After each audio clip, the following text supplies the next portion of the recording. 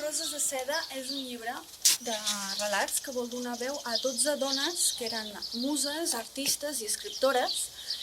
És per donar un testimoni a aquestes dones que van ser molt rellevants en el món de la història i de la literatura i que no obstant això no han tingut el ressò que han tingut, per exemple, les seves parelles.